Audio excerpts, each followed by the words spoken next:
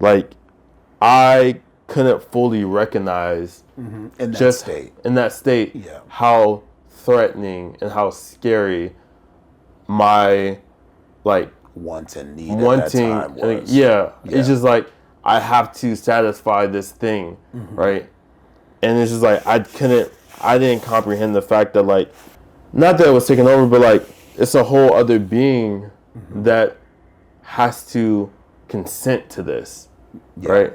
That like it's just not about what I want. Yeah. Like their desires and their wants and their boundaries matter, you know?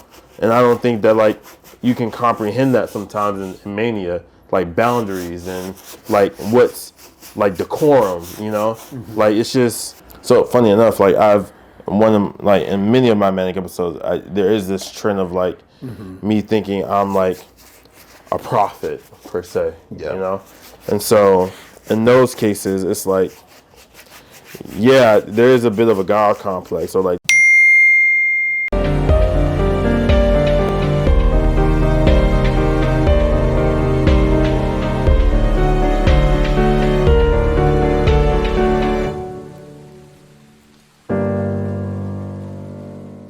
I'm ready. Okay, so you're going to take the brush, the big brush, and you're going to dip it in the water. You're going to start with the big brush first, because you got your Vans on and they look like sneakers. And then you are going to start scrubbing wherever you see fit on those shoes.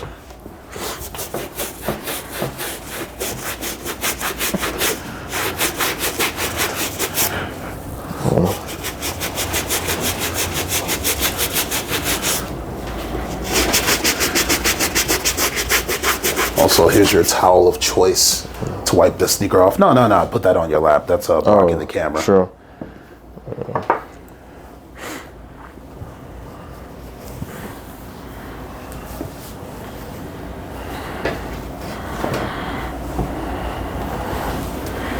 Nice.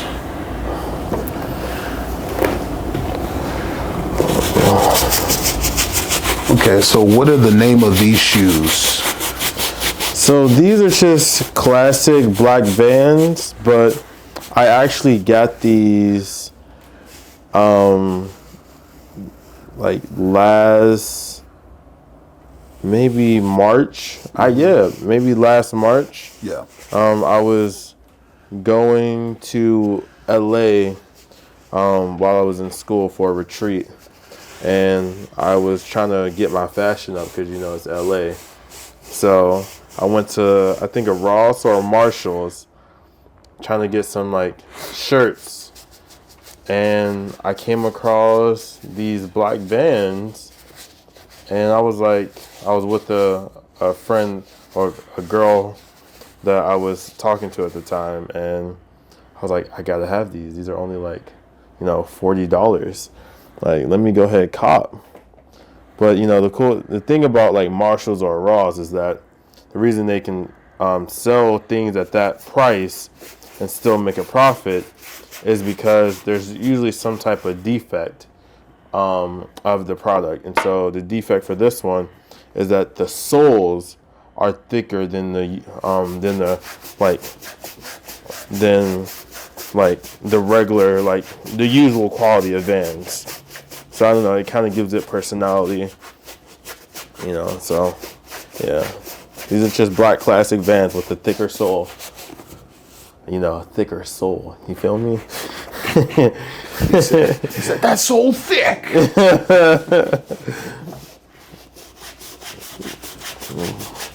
What makes these Vans your everyday shoe? I'm a bit, I don't know. I feel like my brain is so chaotic most of the time that, like, when it comes to my clothing, or when it comes to like my space, I really try to keep it organized and keep it simple. Like, make sure I put things in the same place, or keep, you know, the choices that I have to make within a day low. And so for this, like, it's a black, white shoe, can pretty much go with any outfit, you know? And so, yeah, it's just, I usually buy like a new pair of black Vans. Like, you can tell from this one, you know, it's kind of worn out because I've wore it almost every day while it was in since I've owned it, you know. Because I usually wear like either blue jeans or tan khakis and a black shirt, and that's like my almost everyday fit. Like I will never get old of that fit, you know. I'm starting to be partial to the tan than like the blue jeans. Yeah. So you've mentioned chaos. Tell me about the chaos that exists in your mind. Ooh, chaos. When I say chaos, I feel like I'm more so speaking on anxiousness, right? This idea of that, like, these non-stop thoughts, or maybe not even thoughts, because I don't think I'm fully conscious of what I'm thinking most of the time, but there's just a feeling of like always need to go, go, go, or always never know when the next like danger is coming around, right? So it makes me like get into a mental space of like I'm needing to keep moving, or I'm gonna get caught up in like experiencing depression, or like missing an opportunity, or just I don't know, just having to sit too long with those thoughts and recognizing that those thoughts don't serve me well, or there are negative thoughts about myself, right? And so, you know, the chaos is the fact that I have to just keep on moving, this constant motion, both physically and mentally. Does that ever get exhausting for you? Oh, it's totally exhausting. I feel like that's probably one of the like reasons why I really suck at texting people, because you know, if you're doing that all day, then you get to your crib and all you want to do is just like watch a TV show to be entertained and to decompress and not have to think, or not have to get some level of like mental rest, right? From something that's familiar, something that, you know, is more positive, will bring good vibes, you know. So yeah, it's generally exhausting. You know, because most of the time, you know, you're in spaces where like I don't feel like I can trust those in my space, you know, or the people that I interact with daily or often. You know, it's like I have to keep moving. I have to keep being attentive or aware of potential danger, you know. So it is exhausting, not feeling like you can trust people, not feeling you can trust yourself to handle the conflict if you can no longer run away from it, you know. So it's exhausting. Does that lack of trust put a drain on you as a person? Does the lack of trust put like a drain on you put a drain on me as a person? Yeah, because it's like you don't trust yourself. So how do I describe it? So when you don't trust yourself, it's easy to fall into a victim mentality, or fall into like allowing life to just make you its bitch, basically, right? And so when you decide to roll over and be a victim, or roll over and to believe that life happened to you and not for you, it's just like you're constantly getting ran over by a bus, and like you have every opportunity to get up before that bus hits you, but like you should stay there because you believe that like you can't, right? You don't have any power because you don't trust yourself to have the ability to get on your hands, get on your knees, you know, get your feet under you, and to stand up, then to walk, right? That process of getting up seems so difficult, seem like something you're so incapable of doing that you just paralyzed. You just fucking take it. And then I have been in a place before where like I'm blaming other people. I'm blaming, oh, this girl I was just with, I just had a situationship. She's the reason why I haven't leveled up. Or it's like, oh, my family is against me. They never want me to succeed, so they're always, saying negative things about me, or ostracizing me, or making me feel alone. When it's like, no, nigga, it's you. You have some responsibility in this, and you have more control and more power than you give yourself credit for. And you just gotta believe that and walk in that and remind yourself that, right? And I'm reading this book now called The Power of Positive Thinking. Even though it's written by, I guess, this guy who was Trump's advisor, but the thing, I didn't know that before I started reading, but even if I did, any nigga can give you good advice, no matter who that nigga is. Chill on the N-word. Chill on the N-word. Oh, I'm sorry. Yeah, because YouTube will be like, hey, man, you said it too many times. We got to do something about it. Everything's fine. Just curses. You got to be careful of curses. And if you do the N-word too much time, they'll make you pay for that.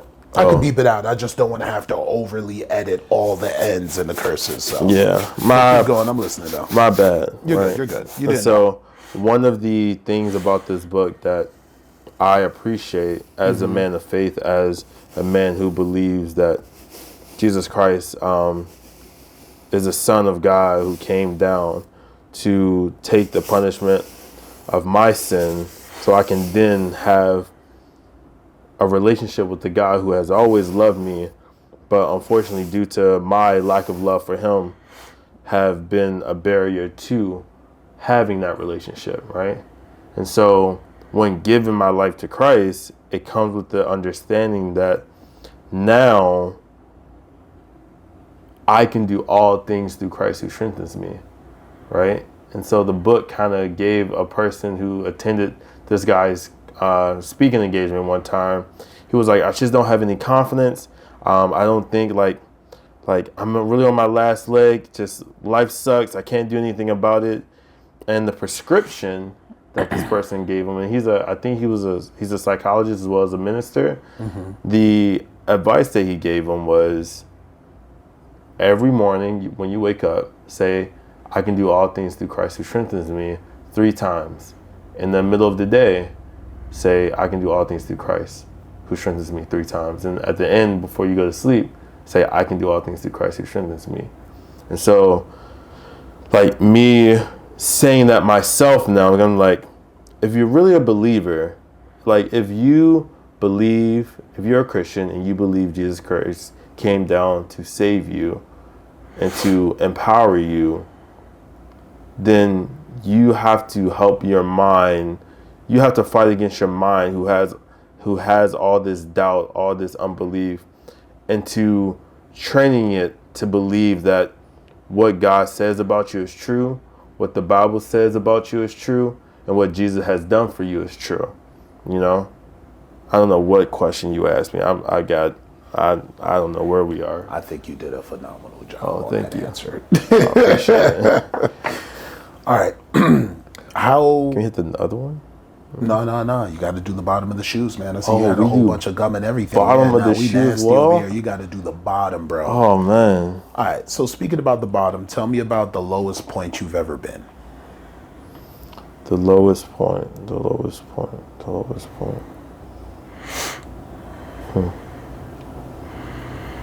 I had a good amount of lows. Because the thing about having bipolar is that what comes up must always come down. It's just a law, right, of life. It's just a principle that governs the universe. What comes up must always come down. And so no matter how high, or maybe the higher I've gotten due to mania, the lower the depression. And so my lowest point is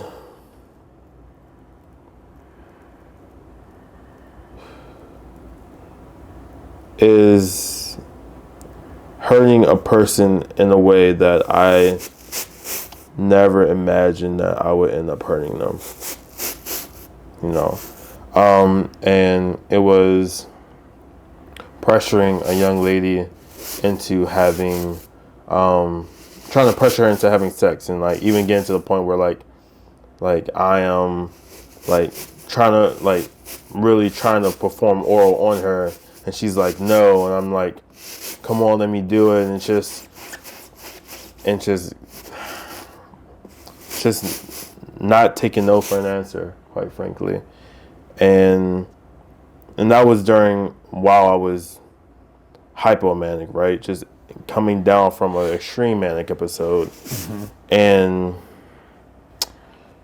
then like, you know, I spent the night over that girl's place, and I woke up in the middle of the night, and when I look over at her, she's like sitting straight up in bed, and like her eyes are just looking straight ahead, and just like, even though I wasn't fully able to process what I had done in that moment during that time, like that always sat with me. And then like the next day we like went on a walk and talked, but like I still wasn't fully not manic.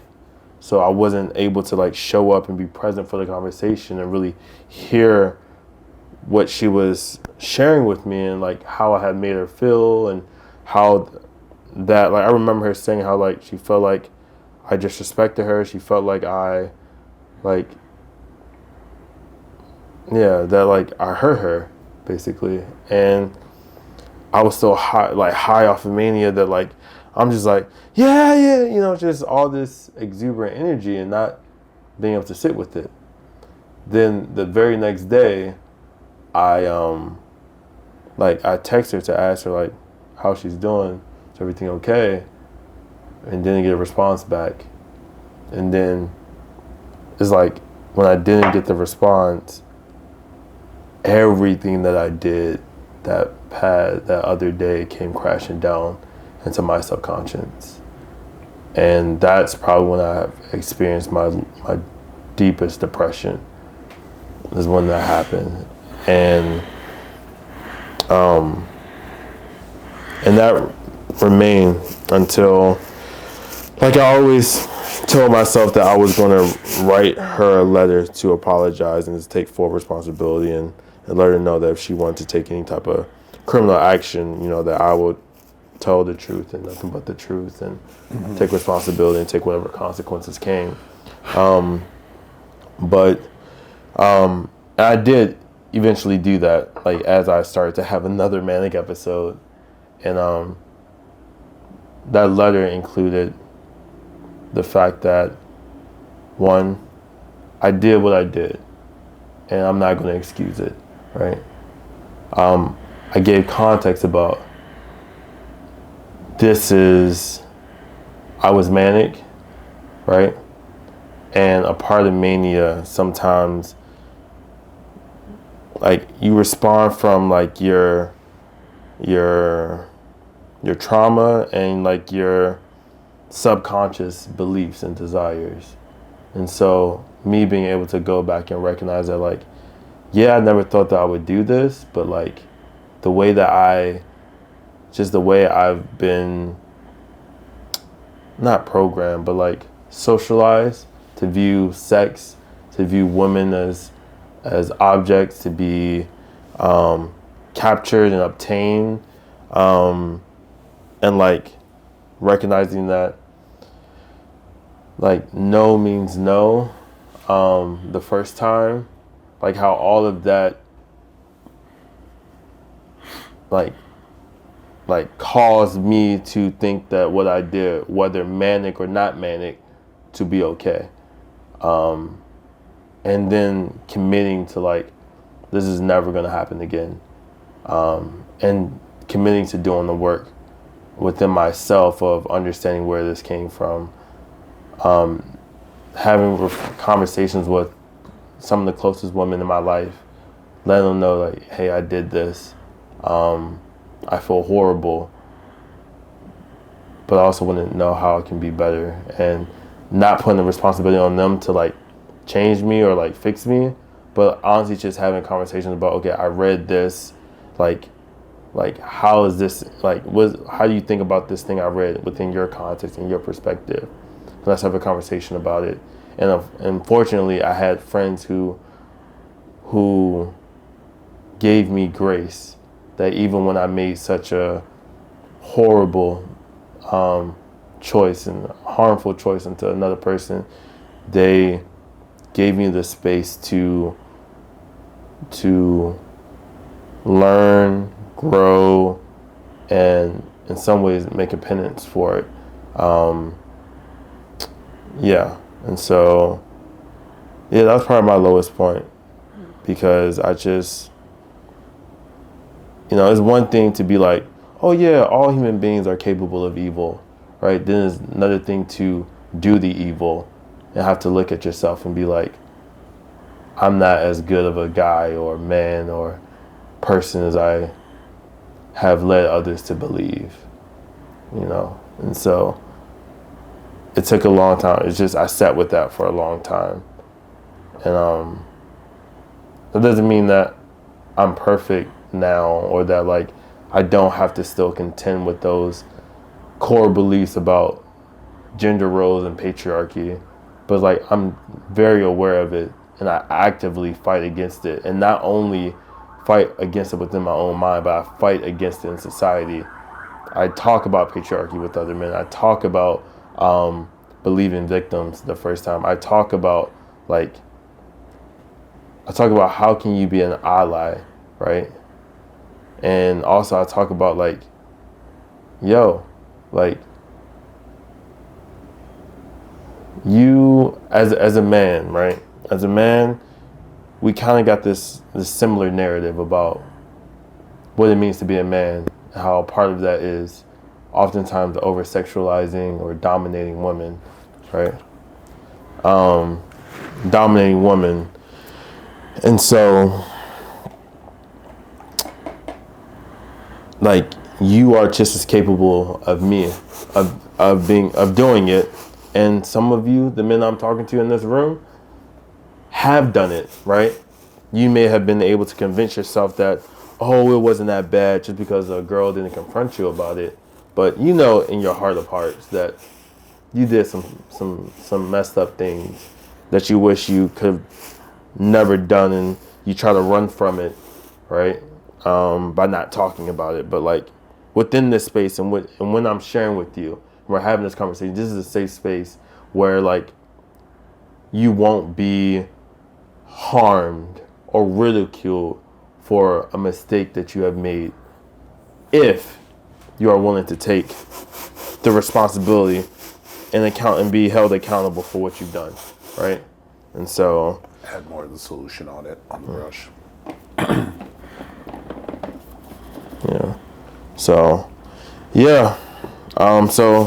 And I think that's one of the things that like I tell people, like, having a mental illness sucks, but like if you're able to get over the fact of like, oh, I have a mental illness and woe is me, life sucks, and you're able to recognize the things that having this mental illness have revealed about you, and take the time to learn, reflect, and grow, like you start to see that like in some ways it can be a blessing, and it took me a long time to see that, but I'm not ashamed of having bipolar.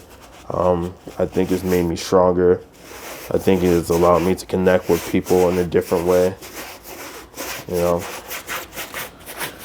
I'd like to talk more about being in mania as that situation happened.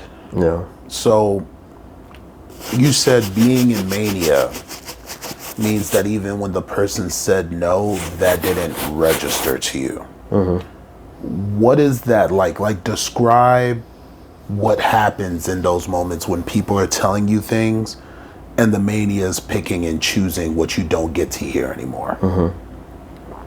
So the way I would describe it is like, because what's crazy is like, when I had planned to come over, we had a conversation about like, originally I was like, hey, I'm coming over and I want to have sex with you, right? I was really direct and blunt about it. Then that's when like, after 30 minutes, she responded to me and was like, I know I had agreed and said that like I was okay with that, but like honestly, I'm trying to better my relationship with God, and I don't want to have sex right now. And we had this conversation, but and I agree. I was like, yeah, that's no problem. I can do that, right? But then that's when we get to our room. The lights are low. We're watching a show on Disney Plus, and 2 minutes in, I'm trying to make a move, right? Me knowing that, yes, I had this conversation, but like there's just some like, unfortunately I hate to use this word, but like some type of urge or hunger that says like I really just want to do this, like I want this, I need this. So what mania does is it ups the inclination for the things that you want and the need for that. I would say so, but also like one thing that people got to recognize about mania, one of the main symptomologies of mania is more promiscuity and hypersexuality. Yeah. And so like that is very textbook. I'm not saying the aspect of like assaulting someone is textbook, but like this idea like having sex, like having more sex, and I think it's interesting because I have female friends who have mania, right? And they too have that sexual urge, right? But the difference is that they're a woman and they're not seen as threatening, right? And it's more easily, oh, she's just, I don't know, like more people they're are not held to the same accountability as men. Yeah, it's like they can say like, "Oh, I want to fuck you," and the guy would be like, "Okay," and like it not be seen as like, "Is she okay?" or like, "What's wrong with her?" Yeah. And so my point in saying that is like I couldn't fully recognize In that state. Yeah. how threatening and how scary my like want and need at that time was. It's just like I have to satisfy this thing, right? And it's just like I didn't comprehend the fact that like that insatiable itch was taking over. Not that it was taken over, but like it's a whole other being that has to consent to this, right? That like it's just not about what I want. Yeah. Like their desires and their wants and their boundaries matter, And I don't think that like you can comprehend that sometimes in mania, like boundaries and like what's like decorum, Like it's just that other energy, that other thing takes over, and it's just like.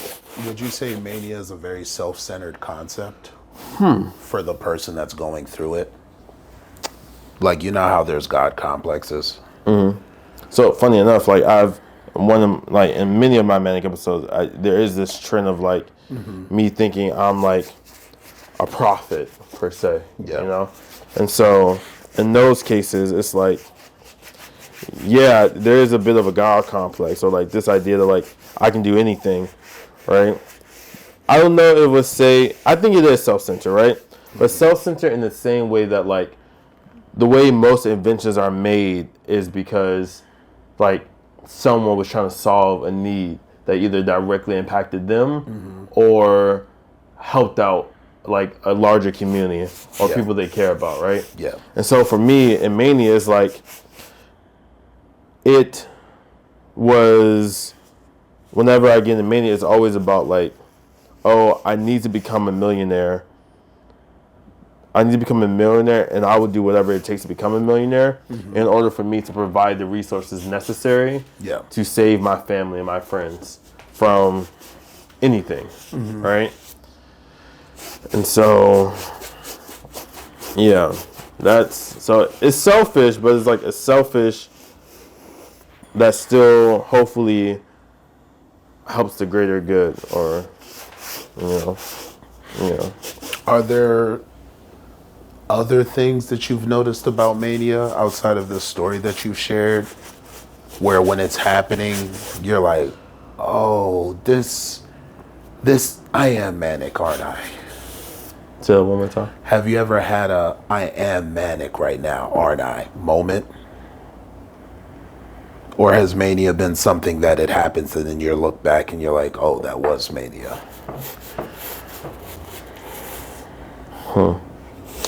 Maybe when I was in college one summer, and like I had just gotten to the hospital, but it was this 2020 of summer, so George Floyd was just murdered, and like I knew from watching the video that that like I was going to go into a manic episode. And so I went to the hospital, was in the hospital. I was released probably before I needed to be released. And I came out still hypomanic, which is a lesser form of mania. Explain hypomanic. Hypomanic is like the little brother to mania, right? It's not as strong. Yeah. It's not as like overwhelming, but like it still packs a punch because it is still related to the older brother, right? And so, you know, it still comes with similar symptoms, but just not as severe.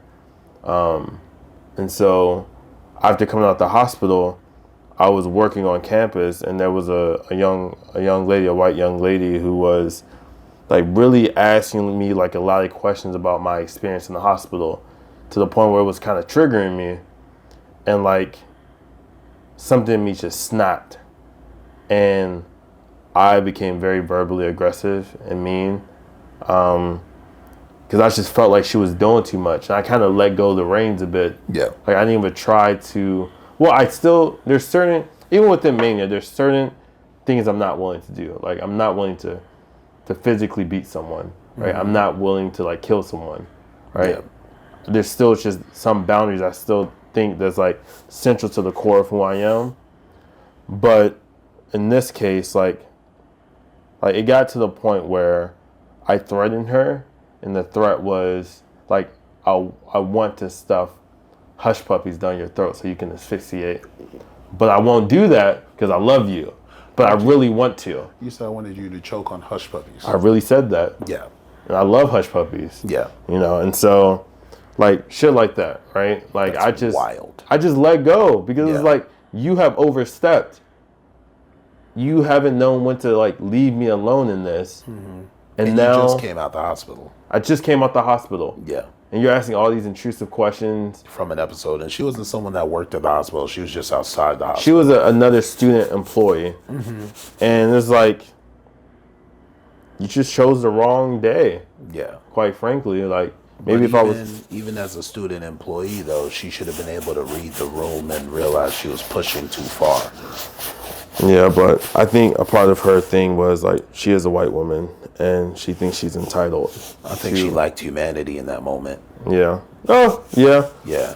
Not to play the race card, but... Yeah, no, she did. I think there was a level of entitlement to my business that she displayed to me. You can't work in a hospital and not realize when you're irritating someone. Oh, so she didn't work in the hospital. Uh-huh. We worked in like residence hall together over the summer. I thought you said she was a student employee at the hospital. No, she was a student employee at my university. School. Oh, okay. Yeah. Yeah. Dang, and you just came out, so you felt vulnerable. You wouldn't be able to not answer questions in that moment, hoping that this coworker cares. And no, they're just curious, and they're asking you all the annoying questions. And for you, that's mid-recovery. Yeah. Right? It's not even mid. That's like beginning, early stages of recovery. Like, not even recovery because I'm still manic, right? Yeah. So you got released from the hospital still manic. Yep. So when you get released from the hospital as someone that's still manic, is there a place within the mania that's still manageable by you and you just need time by yourself? Or how does recovery from mania look for somebody like you? You pray to God that like while in the hospital they find some right medication for you. But depending on what state you're in when you go to the hospital can determine how much control you have over your medication management while in there, right? So it's basically difference between voluntary and involuntary. Right? Voluntary, you still have some say, you still have some cognizant ability to determine the level of care you would like. Yeah. But if you're involuntary, you just gotta do this shit. If you don't do this shit, oh, I'm sorry. You have to. Oh, that's fine. I'm keeping that in there. You have to do what they say you're gonna do, or you can be prevented from leaving further. Yeah. Right. And Which is for your own safety. Yeah. Public safety. Yeah. But like I've been in cases where, I've been in hospitals where, one specific case, right, is when literally 2 days before releasing this guy, this big tall guy with locks, but I don't know, his locks were really matted and like they weren't taken care of. But he was going around the unit just punching people in the face. And I was one of those people he punched in the face. And they released this man 2 days after he punched me. And so I'm like, why is he being released? It was really about public safety. And it looked like he wasn't being released to another facility. Yeah, he was just being He was released. being released and like about to walk out the front door himself. Yeah. And so that just boggled my brain. Like truly boggled my brain. I was like, God dang it. All I want to say is that they don't really care about us. And even like the hospital that I was at, where I was voluntary during the George Floyd, they released me, I think too early. But you have to, like, when I was there, I also had to be sedated multiple times because I kept getting triggered by the other patients. Like there was one lady who kept like talking about all lives matter in the middle of like what was going on with George Floyd, and I spazzed. Of course. Also, like in the hospital, they be playing shows that are triggering as well. Like I don't think hospitals really pay attention to that, and those are things I have noticed. like Just what's on TV. why in the middle of the unit Yeah. is the show Criminal Minds? Oh, God. Why? Yeah. What type of... Yes. And that made me go on my delusion of, okay, I'm meant to be a special FBI agent that hunts down serial killers. What? That's not a normal thought for me to have, but it's only because I'm being exposed to this entertainment while in this vulnerable state within this hospital that's supposed to be meant for a place of healing. Yeah. Right? And so... Are hospitals meant for a place of healing? I sometimes question that. And the reason I say that is hospitals to me are a place of identifying what's wrong with you. And hopefully you'll heal up enough to leave the hospital and have a safe space to actually heal. Yeah. I think that the best healing takes place in community. Okay. And some hospitals can come very close to the community feel, especially if your own community haven't been as welcoming or understanding, right? Yeah. So you do go to this outside place to experience that community. Like you're sitting, because like you have group sessions while you're in the hospital for psych treatment, right? It's mandatory, right? Why is it mandatory? Because you build camaraderie with people who may have gone through similar traumas, who may have similar diagnoses as you. So there is you do art therapy together. So there is this some level of community within the hospital, right? But what about the community that you have within like where you grew up, right? That's also a community. So what will it look like to bring the healing and the treatment directly to the community, right?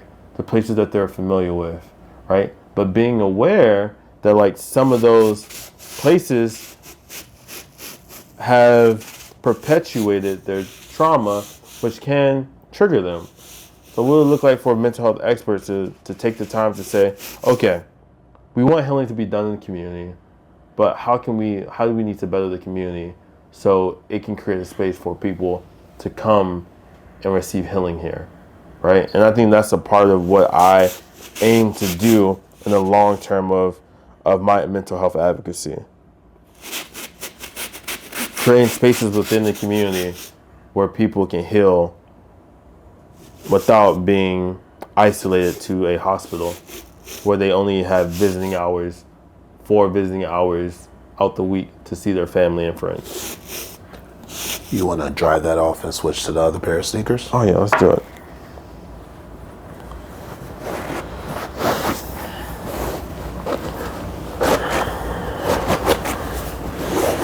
Oh, this is the cleanest I've gotten these shoes in a long time. Just like bare my soul. These thick ass soles. Sorry. Gosh, I love cursing. I really do. Like, I think about that constantly as like a father. Like, And how kids pick up on things quickly. yeah, but like, do I want to prevent my kids from cursing? Like, I'd rather be like, hey, Jimmy, right? You can curse, my guy. But you can't curse in church. You too can curse, just not in church. You gotta know the right time and place. No, you're playing a video game with your friends. Moderation. Curse, right? But Moderation, Jimmy. Moderation. yeah. All right. So, what is your favorite part of Mania? Oh man, just the ability to dream, the ability to like see a goal so clearly, and to have 100% faith within that idea, right? That like there's no doubt that you can accomplish this idea you just had. That like nothing can hold you back. You can do anything, right? And that all parts of your brain are firing at one time. Like, yo, like it's amazing. It's amazing to feel that, to lack fear, and to trust yourself, and to wanting to make things happen. You know, that's probably my favorite part. Is like, and I think that's one of the things that gets me in trouble too. Is like, yo, when you don't lack fear is healthy to some extent, right? It knows when there's danger. It knows when something is appropriate or not appropriate. But if you don't have that, you can say you can do some things and say some things that you're not supposed to say and do in certain environments, only with your therapist, right? And so, not lacking fear, because you just believe so highly of what you are doing and what you're capable of, you know? Yeah, that's my favorite part of Mania. Are there pros and cons to Mania? Or would you say Mania is something that you should be really, really careful of? Oh, extremely careful of. It's like a drug, honestly. Whereas, like, Tell me more. it feels good because, like, you have this new fear and, like, energy and exuberance. But, like, you can't control mania. No matter, I don't think you can. I haven't experienced it. Maybe some other people have been like, I've been able to channel my I actually have a tattoo. When my first manic episode happened, I was hospitalized. I was so afraid of taking medication that I was trying to develop a system where I could control the mania and the depression and maintain balance and only bring out the aspects of it that are like necessary in a given moment. And so the first idea came was like a joystick, like a video game, right? And I toggled between the two. Then that's when was like, okay, what symbols do I want to use, right? And so I came up, this is going to give away who I am. If people connect the dots, but just keep going. Yeah. But then that's how I chose what colors should I use? What shape should I use? Right? What's going to represent what? And so I came up with the idea that square, right? Square is just like so necessary. Square is just like, it's stable, 4 walls, all right angles. It's just some level of like stability, right? It's going to get the job done for you. Yeah. Right? And so the square became to represent like, like body, you know? Or was that the color blue? One of them. Either blue or square. So I made that a blue square, and that reminds me of body, right? The eating and sleeping and like, oh, no. Yes. The square is body, right? So that represents eating, sleeping, exercising, right? What you put into your body, how you treat your body is going to impact your health in some way. And so you have to take care of it, right? You have to prioritize it to some extent, or as much as you can, you know, given the demands of life. But then you have circle, right? Circle, you know, I just think of circle as like the circle of life, you know, like it encompasses everything. And so like it wants to bring together everything, every aspect of me. And so that is my soul, right? And that's like the joystick in the middle that controls the square, the blue square, which is depression. Mm-hmm. The blue is depression, and the square is, body. And the other aspect is spirit, right? And triangle. The triangle, the trinity, is the strongest geometric shape. And so when thinking about the trinity, thinking about God and spiritual as being vital to your health, which is a very Native American belief on mental health, which I didn't know at the time, it just seemed right. And so the red kind of reminds me of like the blood of Christ. And so the red triangle is kind of symbolize, spirit and connect to something higher than yourself. And the red represents mania, right? Mm-hmm. This belief that you are on God's level, right? And so, what was the question? It was like pros and cons of mania. Pros and cons of mania. And so for that, mania serves you because it gives you no fear, right? God didn't give you the spirit of fear. But if you continue that, it says, but the power of love and a sound mind or discipline, right? Mania by itself do not allow you to have discipline or a sound mind, right? And so the mania is like, you have energy, you have more energy, you have more grandiose ideas. So you think that like the impossible is probable, and you don't have any fear to try to achieve that idea or that goal. So those are the pros. The cons, you don't respect boundaries. You respond from an emotional mind and not like a logic mind or a wise mind, if we're using dialectical behavioral therapy language, right? And so, that's like when you don't respect boundaries, that then you end up hurting a lot of people. And I have hurt a fair amount of people that I loved and people that once loved me, or maybe they still love me, but the pain I caused them is too much, and I'm a reminder of that pain, So, what is the guilt from that cause and effect like for you as someone who deals with mania episodes? Can you ask that one more time and maybe phrase it differently? What's the guilt like as someone that deals with mania? That's just the other side of the coin. That's where the depression comes, right? This when you're done with mania and you have to sit with yourself and relive and rethink about all the things you just did while you were manic and how you don't have the energy and you have all the fear now.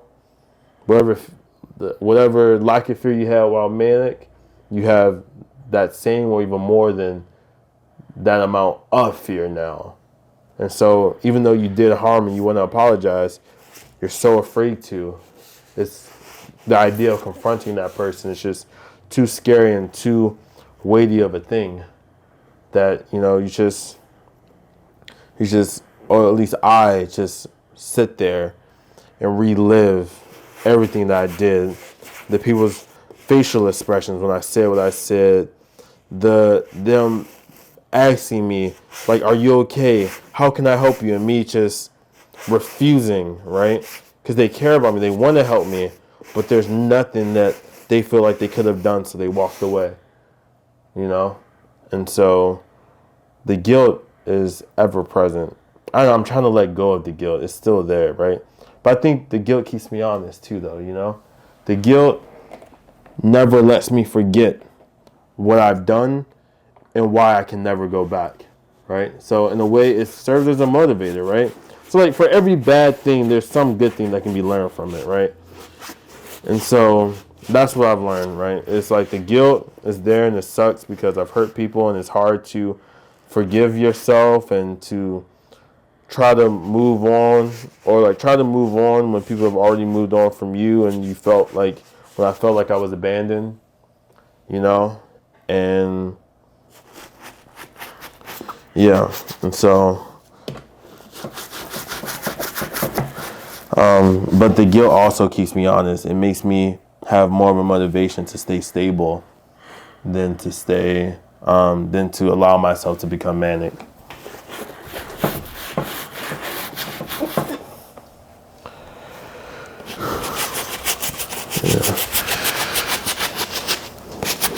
Where does someone with mania find support? So after my second manic episode, when I was arrested and like spent like some hours in jail, and like went to 2 different mental health hospitals, I had a therapist, and they suggested that I go to support groups, right? Mm-hmm. And within the support group, there wasn't a lot of black people, honestly. There's probably maybe 3. And the rest were women, like some white guys, white women, white guys. And at first I felt like a stranger. I didn't feel like I belonged.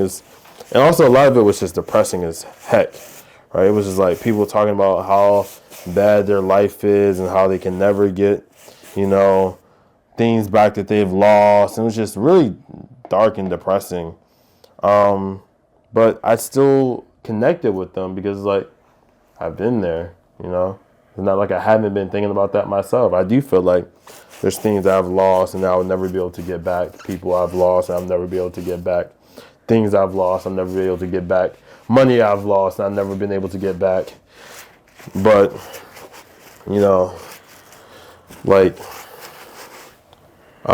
but then I think maybe my second or third time, there was a young black girl that came in. She's young for her age, but she's actually older than me.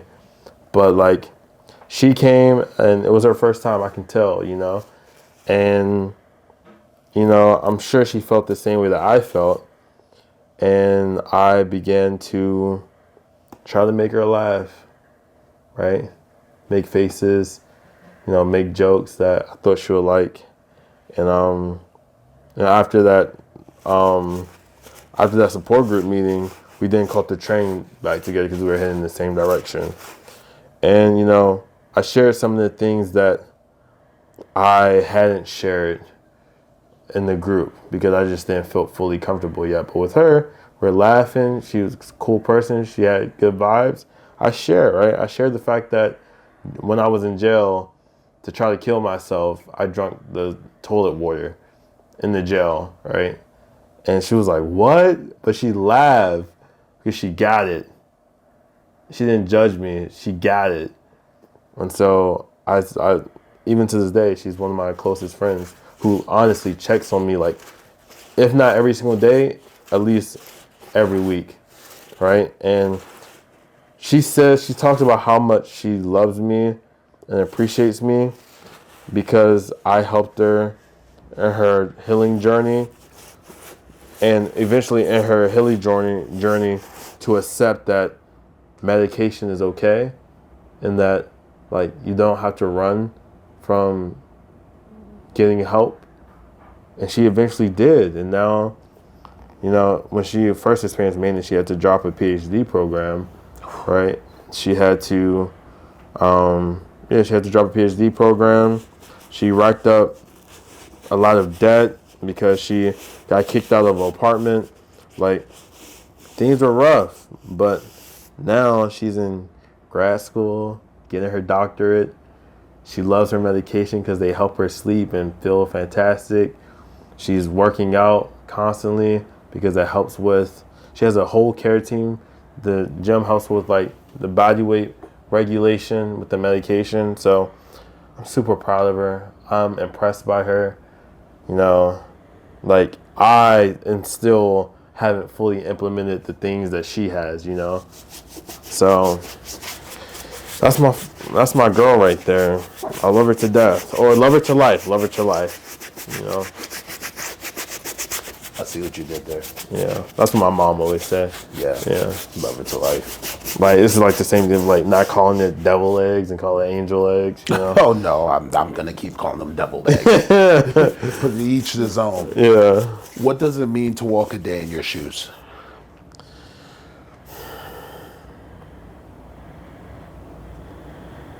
To walk a day in my shoes is to be fully aware of how deeply flawed you are, right? To know that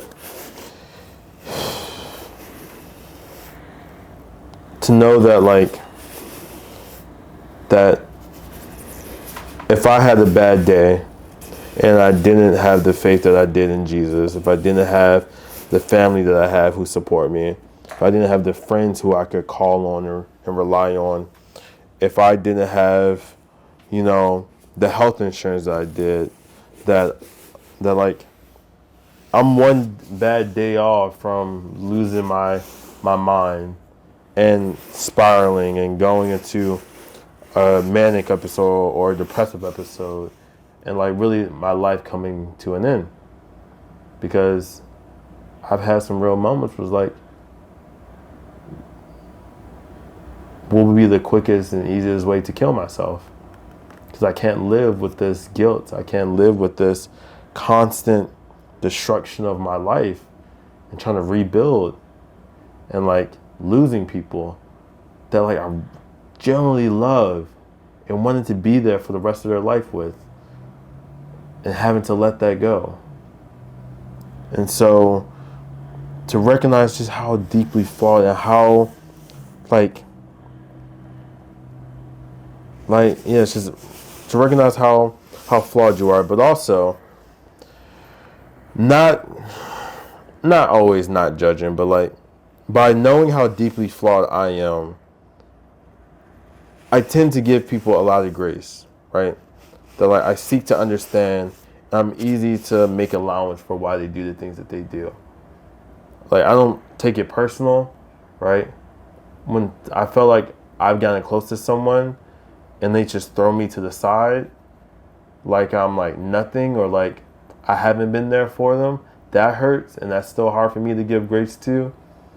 But in general, like, I love people. If I understand, if I get to know you and understand because of this trauma or because of this perspective or this adoption of this societal norm, you believe this and that calls you to do this particular thing, grace, my brother, grace. But even then, God calls us, even in the midst of our lack of understanding, we are still supposed to love and give grace, right? And so I love Jesus. I love how he lived his life.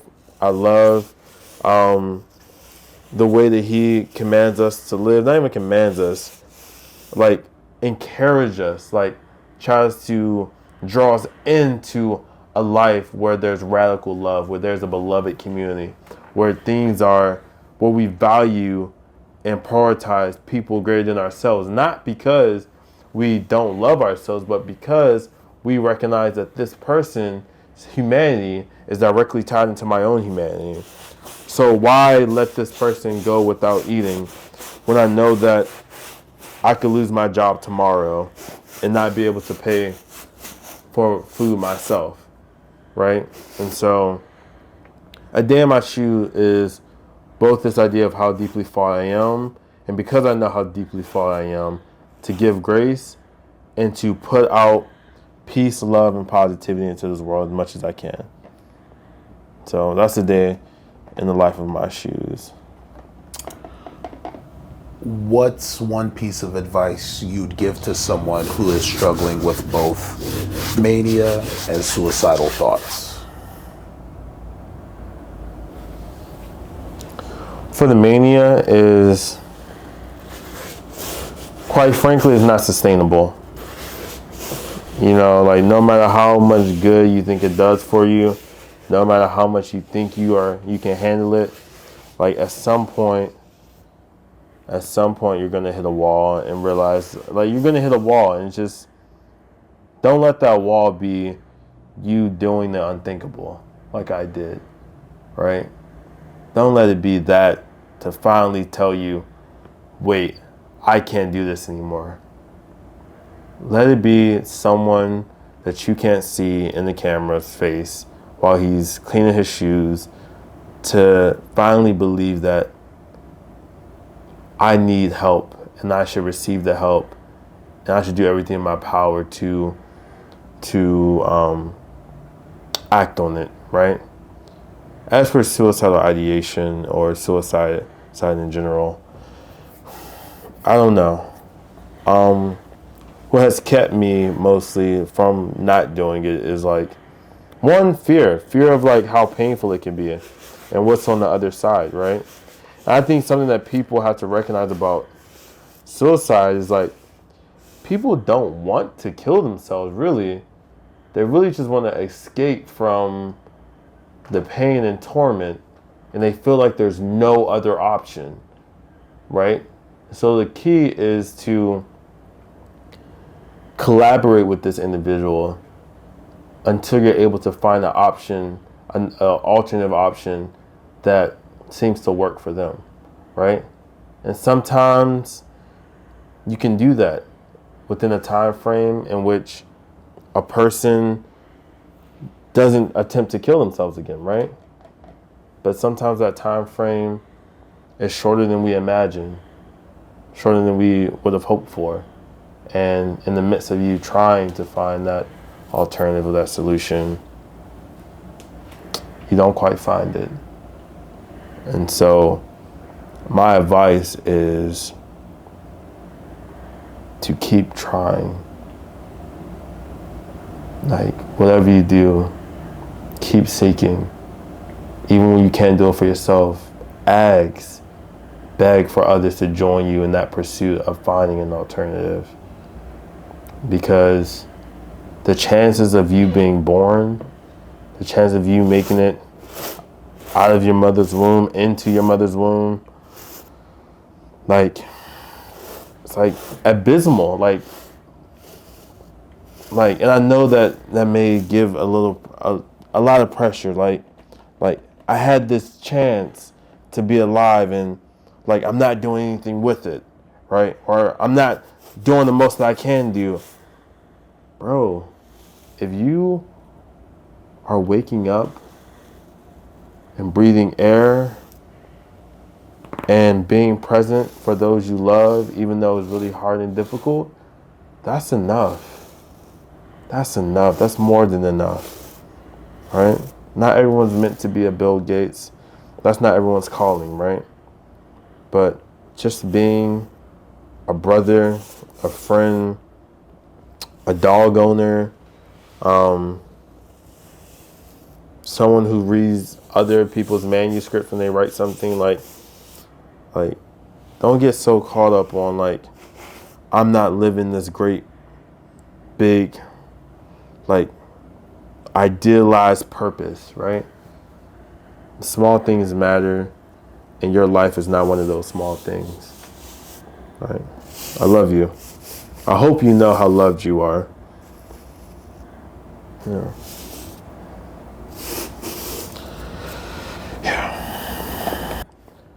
This is Mania, and this is a day in my shoes.